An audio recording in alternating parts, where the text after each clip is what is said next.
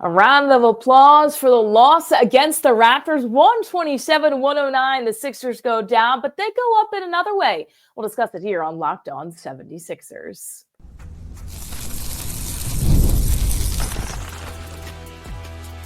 You are Locked On 76ers, your daily Philadelphia 76ers podcast, part of the Locked On Podcast Network, your team every day. Welcome into Locked On 76ers. We're your host, Keith Pompey, 76ers beat writer. I'm Kayla Santiago, sideline reporter for the Delaware Blue Coats, the NBA G League affiliate of the Philadelphia 76ers. And today's episode is brought to you by Game Time. Download the Game Time app, create an account, and use code Locked On NBA for $20 off your first purchase. If you're watching us on YouTube, make sure to like, comment, subscribe, in addition to wherever you listen to your podcast. And you can also check us out on our free daily newsletter on LockedOnDaily.com. Keith, the loss is good because the Nets won the other night against the Wizards, and now the Sixers are a game ahead in those reserve standings. They are in fifth. Nets dropped to sixth. Yeah, I mean, it is a good one. I mean, as we keep saying, these are much-needed losses. Yeah. And I got to commend the Sixers because, you know, they are basically mastered the tank, right? I mean, you know, right now we're looking at it. They have an 8-game losing streak. That's the longest losing streak in the league right now. And it was, you know, one of those things where, you know, last night I asked Quentin Grimes, is like, hey, are you going to play tonight or tomorrow night? And I don't know. Well, no, Quentin did not play. And you knew at that particular time the 76ers were going to go all in and do everything they could do. But Kayla, the crazy part about this whole thing is, you know, it looks like when you talk about the Sixers, they have the 7th easiest schedule, you know, left in the league. You know, right about now, they got some guaranteed losses, you know, coming up in the stretch, you know, with the Knicks. Who they got? Minnesota, and then they also have Milwaukee, right? They have those 3 games coming up, and but it's kind of like I think that they're in a great position right now to secure that 5th spot, but they're also 2 games out of 4th, and the Pelicans have a tough schedule. The Pelicans who are in 4th, the Sixers have an easy schedule, like we said. But at the same time, it's like, yo, you never know what can happen because they have mastered the tank. I'm talking about mastered this bad boy.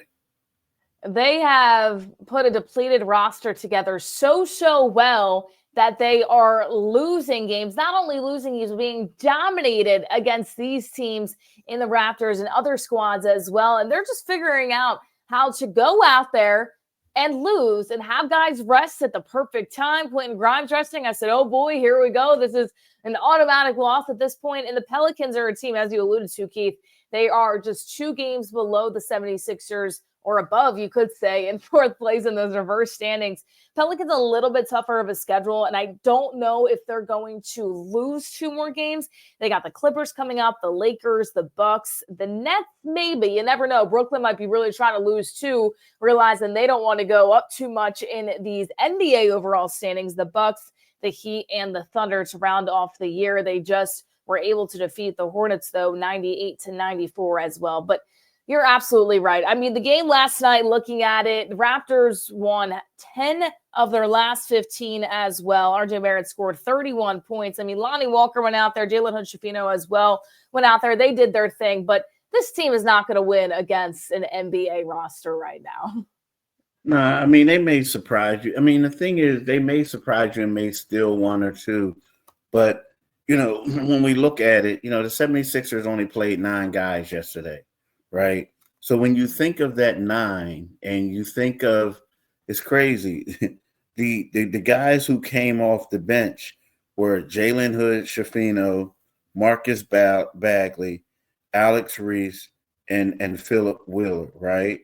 So when we look at those 4 guys, and we're talking about the bench, Hood-Schifino and Reese are 2-way guys who they picked up towards the latter stage of the season, right? Both of them were out of the league. they weren't even in the G League, right?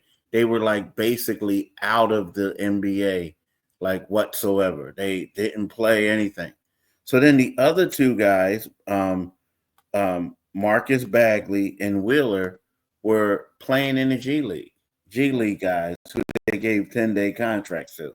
So like you said, this is a roster that's built to lose. And then we look at, we talk about Lonnie Walker. You know, he was their 2 guard. You look at him, he was playing in Lithuania, right? Then Dembona, he was the 2nd-round pick. You know, Ricky Council, he was a 2-way guy a year ago. But, you know, now he's on a non-guarantee type of thing. He did get his money. Jared Butler, a guy who they traded for, who was a 2-way player. And then Justin Edwards, another guy who was a 2-way player who was undrafted.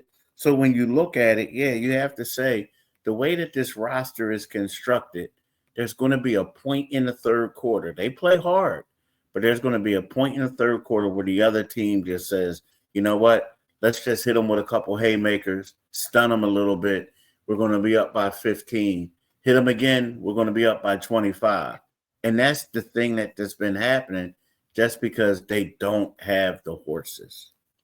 They don't have the guys that can come back and be able to pull out that deficit. And, you know, it's interesting. You mentioned, too, maybe they could sneak in some wins here. And you definitely can. That Wizards game that you have on Wednesday, April 9th, that could possibly be a win for Philadelphia. Other than that, maybe the Bulls, maybe the Hawks. It depends what team they put out there, or the Heat, too. But I think the Wizards is a win that they might get, and that might be their last victory of the season, because Washington still going to be a team that I was also trying to fall. That might go back and forth, depending on who Washington plays as well, depending who Philadelphia plays. Now, remember, Jeff Doughton does have 2 more games still left. He did not play in these contests, so he still has 2 more games left, and then we'll see what Quentin Grimes and, you know, Gershon Yabusele end up playing in to wrap up this season as well. So I believe they sneak in a win against the Wizards there. I don't really see it happening anywhere else for this Philadelphia team, but they're doing exactly what they need to do. This is what we want to see from the Philadelphia 76ers, Keith. Don't give yourself a chance to even go outside that top 6. Try to get that top 5 or top 4 in terms of NBA reverse standings. That's exactly where they are. And the other night when I saw the Wizards lost that game against the Nets, and I was like, all right, Sixers got some work to do, and they did it in a great way by losing to the Raptors 127-109. So they're doing what they're supposed to do out there, whether they're meaning to or not. Yeah, I mean, they are. And the thing is, you know, there was a point where when these basically not the same group, because they had a couple different role players, but, you know, this is the team that played well against the Houston Rockets, and they shot the ball like great for 3. But last night we look at it, they made 8 of 29 shots. Now, the one thing that they did is they kept them in the foul, and the foul shooting kept them in the game, where they made 17 of 19 until it became a blowout. But yeah, I mean, you just look at it. I mean, we're going to look at the opposing team, right? And the opposing team played a lot of guys who you may consider as G League guys. But at the same time, they had R.J. Barrett and they had Scotty Barnes playing.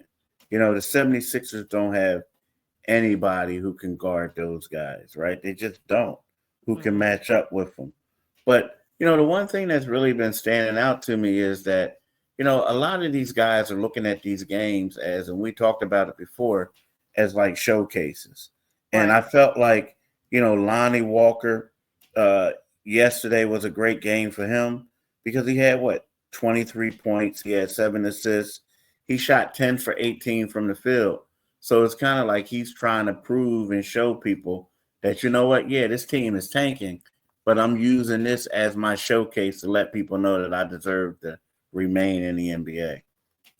And I said this the other night, too, kind of referencing the Blue Coats, because Delaware out of the NBA G League playoffs. And, you know, I said on the broadcast that for some of these guys, it's like an interview, right? You don't know where you're going to end up next season. You don't know if you'll be back on this team, because there's some core guys and some really young guys on the Delaware Blue Coats, Thierry Darlin being one of them, just 21 years old, that maybe other NBA teams are looking at or other G League teams are looking at. It's kind of the same thing with these current 76ers players right now on this roster. This is their interview for where they're going to end up after this season, whether it's with the Philadelphia 76ers, another NBA program, in the G League, whether that might be anywhere in between. This is kind of their interview right now to go out there and show what they can do. Lonnie Walker showing it last night with 23 points against the Raptors. He was the leading scorer for the Philadelphia 76ers. So we'll continue talking about the 76ers. Get hype, people. I know it's been a tough season, but this is what you want. They're doing what you want finally at this point of the year because they want to try to get a top 5 pick in this upcoming NBA draft that does have a lot of talent coming in from the college level. So we'll continue to break it down and so much more on the other side right here on Locked On 76ers. And there's nothing like watching basketball live. The energy of the crowd, the sound of sneakers on the hardwood, and maybe even a celebrity setting courtside. If you want to catch a game in person, Game Time makes getting tickets easier than ever. Game Time's new feature, Game Time Picks, filters out the fluff and shows you only the best deals on great seats. So you don't have to waste your time scrolling through thousands of tickets. Easy ticket shopping. I just checked the Game Time app and there are amazing deals on huge matchups coming up. Make sure you get those tickets as well before the regular season wraps up. If it's the NBA or the MLB just starting up, those Philadelphia Phillies being fun to watch, the Baltimore Orioles, a lot of different teams that are really having hot starts to their season. You want to go check those out. You can do so by Game Time. Super deals, Game Time Picks, even highlight super deals, giving you the best bang for your buck. Peace of mind with seat views before you buy, no surprise fees, and a lowest price guarantee. You can book with total confidence. Take the guesswork out of buying tickets with Game Time Picks. Download the Game Time app, create an account, and use code LOCKEDONNBA for $20 off your first purchase. Terms do apply. Again, create an account and use redeem code LOCKEDONNBA for $20 off. Download Game Time today. What time is it? It is game time. The 76ers doing what they need to do. They are continuing to tank. They're on an 8-game losing streak, losing 25 out of their last 29 games. They have been bad, but this is exactly what Philadelphia has intended to do. And Keith, it's kind of crazy, and I want to ask you a question in 1 second here, but to start as a team that was talked about going to the playoffs, possibly going to an Eastern Conference final, clearly once Embiid and Paul George are kind of out of that conversation, you look at this team and say, okay, maybe a play-in. Just kidding. We're going to flip completely over, and we're going to be a top 4 worst team in the NBA and try to get a top 5 lottery pick. To you, how is the tank going so far on a scale 1 to 10? Because you said last night they were showing you that they were doing it right. But overall, I mean, this is just crazy, the up and down we've seen from the beginning of the year to the end of the year. How's it going on a scale of 1 to 10 from your eyes? I mean, it's weird. Like, I think that it would have been better if they would have started it sooner. Like, you look at it, I think they started this, like, once they realized that Tyrese Maxey went down. Like, they knew, like, okay, we're not going to be able to do anything. So, but you can argue, like, they've been tanking for the last 14 to 15 games. But when you factor that in, like, they've lost 8 straight. That's the longest losing streak. The teams that they lost to were the Washington Wizards, the Pelicans, right? These are 2 teams who are below them. They also lost to Utah, right? At one point. So they lost to Brooklyn. They lost to Toronto. They were swept by them. So when you factor it in, yeah, you got to say that they're doing a phenomenal job. And also the one thing is that we talked about is, and not to be repetitive, but what do? They get up today and they say, oh, Quentin Grimes isn't playing. Yabusele isn't playing. Those 2 guys probably could have canceled out, RJ Barrett and Scotty Barnes in regards to, like, actual NBA players, legitimate guys, rotation guys. So you have to say that they're doing a phenomenal job on the tank. But there are going to be certain fans that say, why didn't you do it sooner? We probably would be already be in 4th place or battling for the 3rd worst place in the league. And it's tough too, because when you look at this season and other teams that are tanking, like the Wizards and, the Utah Jazz and other teams, they have a worse roster coming in, not as much star power. And you look at the 76ers from what they started to this season to what they are now, it is just completely different at this point. It's not only should they have started earlier, and they should have started earlier, but also we were hearing conversations from medical professionals that maybe Joel Embiid shouldn't be playing this season because of that knee injury. Shouldn't have played in the Olympics because of that knee injury. Was Paul George even coming in healthy? So you decide to play these guys and risk a lot of different things, risk really your lineup too, with not being able to bring in a lot of help because you sign these guys to these deals. In addition to that, it's a risk versus reward, and the risk was taken in a very, very negative way. It did not work out for the Philadelphia 76ers this season. But it's crazy because when you ask Nick Nurse and you talk to him about these younger guys that now he's coaching this year, which he probably didn't think at this point of the season, this is the team that he will be coaching. He says to them, bring energy, play basketball, compete the right way, because at the end of the day, what else can he go out there and say? There's probably not too much coaching going on at the end of the day here, Keith. Yeah, there's really nothing. And like the thing is, again, what they're doing is they're getting guys who, let's face it, none of these guys would be in getting any minutes if they had Joel Embiid, if they had Drummond, if they had Kelly Oubre, all these guys playing. So, and it's also one of those things where you got to also pay attention to these rotations now. Like if it's a close game, and then all of a sudden right now we're looking at it where, Justin Edwards isn't playing as many minutes as he did in the second half like he did other games. Although the Sixers said we want to go out there and give him as many minutes as possible, right? So I think the rotations, the lineups, and all that stuff, it has something to do with it. But at the same time, when Nick Nurse says those things, like he says, you know what, I'm trying to get them to give good effort, play the right way, and compete, right?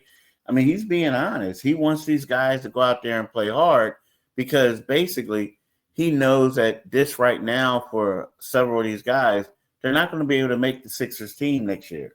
But what they can do is they could go out there and showcase their talents and be somewhere else. But they also know that none of these guys single-handedly can basically help the 76ers pull off an upset. Now, they could go to a team and be a bench player or, maybe some type of contributor. But at the same time, they know that the way that these landmines they have in front of them, that they're not going to be able to, solve the puzzle, so to speak. Definitely not. I mean, they're solving the puzzle to tank. They're putting all those pieces together, doing the great job at that, but it's not what you want to look into for your future of your team going forward. The 76ers, they are in 5th place in the NBA reverse standings, 2 games out of that 4th spot after the Pelicans did come out on top last night. So we'll continue to talk this Philadelphia 76ers team and just where they're at, the state of the Philadelphia 76ers right now, and maybe some players that we're looking at that have not gotten as much time as they did earlier in the season and where they might be going forward if they're not on the Philadelphia 76ers. So we will break that down when we come back.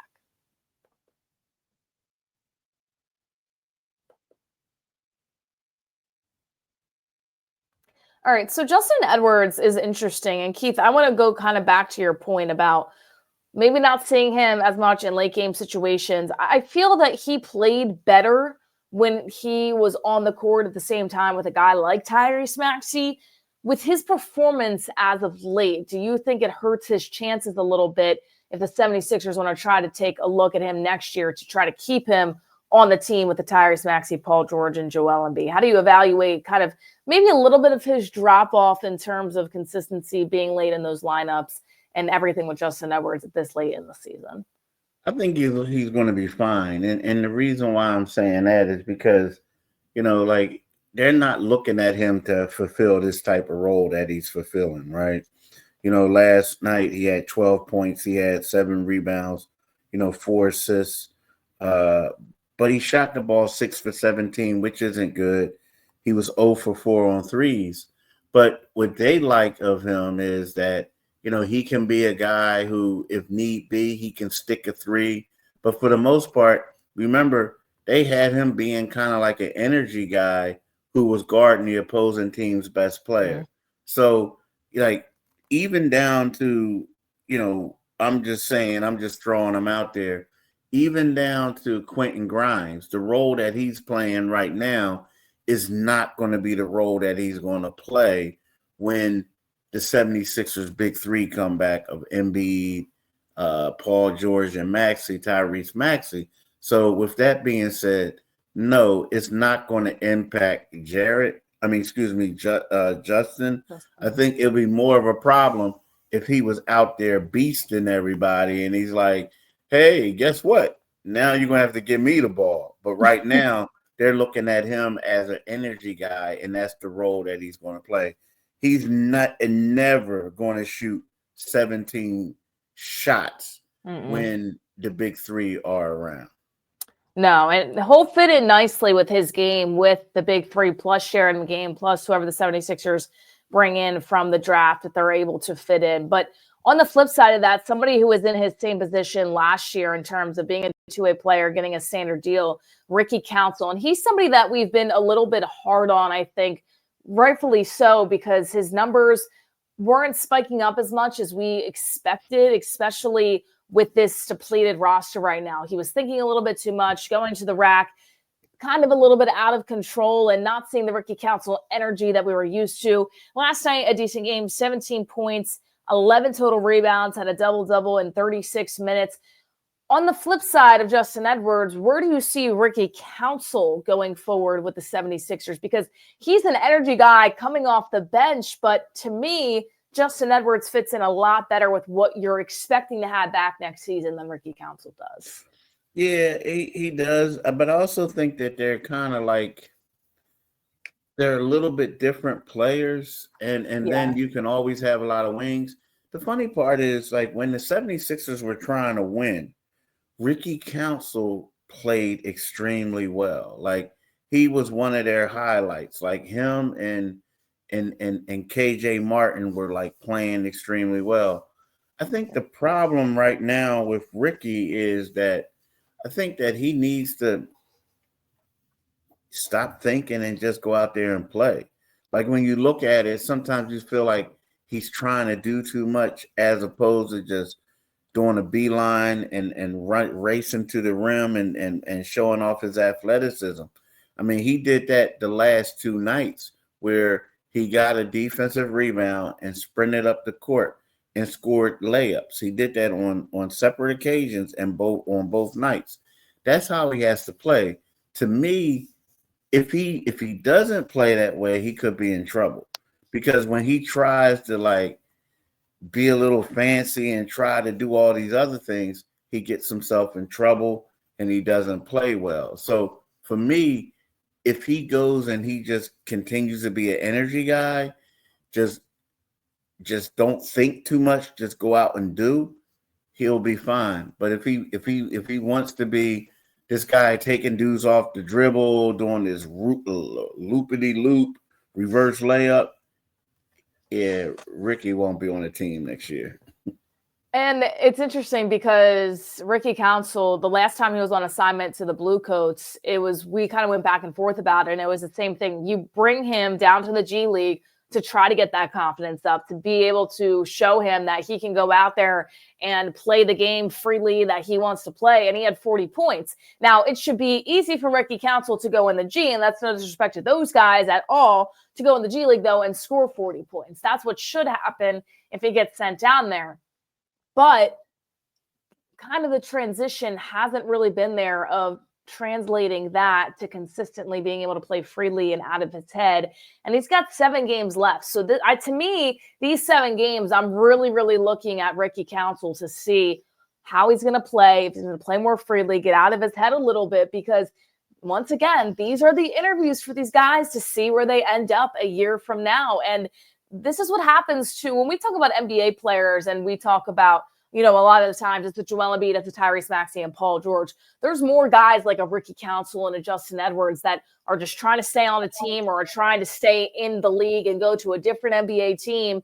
And this is the time now where they have an opportunity to interview, because if the 76ers are fighting for a play-in or if they're fighting for a better seed in the playoffs, we're not seeing much of Justin Edwards or Ricky Council. They'll get in, they'll bring some energy, but we're not seeing them like we're seeing them right now. So this is their interview. This is their time to go, their time to shine. Before we send things off here, Keith, anybody that you're going to kind of be evaluating in these next 7 games that people watching should look out for, because they're not watching for wins anymore. They're just watching for losses. But anybody that you feel that really is going to have the big time interview for these last 7 games that you want to see perform well to see where they end up at the end of the year. I mean, the one guy is Jalen Hood-Schifino. He's had 18 points. He shot the ball 6 for 8. And it's crazy because he only attempted 2 threes. He went 1 for 2. But if you think back to that Houston Rockets game, he was lighting the Rockets up, just draining 3 after 3. So he's a guy, and then he's also a guy who we know, he played for the Lakers last year. So he can play. It's just that he had some bad luck. So I would like to see him. And another guy, to be honest with you, is Jared Butler. I still want to see what he can do, because you know what? The last couple of games, he's been shooting the ball extremely well from 3. He was 3 for 4 last night, and then he shot the ball at 70-something% too in the previous games from 3. So yeah, those are 2 guys to me that I really want to pay attention to. Good picks too. I alluded to Ricky Council being my pick. Also, Jeff Doughton has 2 games left, so those are going to be really big games.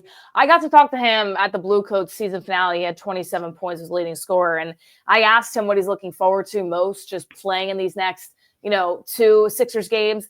And Philly fans aren't going to be happy about this, but the one thing was he wants to win, and I know Philly fans are going to be happy about that, but also just get his confidence up, being able to showcase his hard work. He was saying that it's been a really tough year for him, kind of being back and forth, and he kind of saw the guys that he was playing with on the Blue Coats get those standards deals. You see Jared Butler come in and get that. You see Justin Edwards get that. Jeff Doughton, somebody Nick Nurse likes a lot, but kind of still on that 2-way. So he has 2 more games to kind of showcase what he can do and see how the NBA kind of reacts to that overall and see where he ends up next season. So curious to see how Jeff performs and what games they will put him in as well from that standpoint too. But the other contest we're going to be looking at throughout, the next few days is an important game coming up today at 8:30 p.m. The Nets and the Mavericks, 2 struggling teams. Brooklyn, you want them to win if you're a Sixers fan so that Philadelphia can continue to stay above them in the NBA reverse standings. And then for the Pelicans, we alluded to, they came out on top of the Hornets the other night.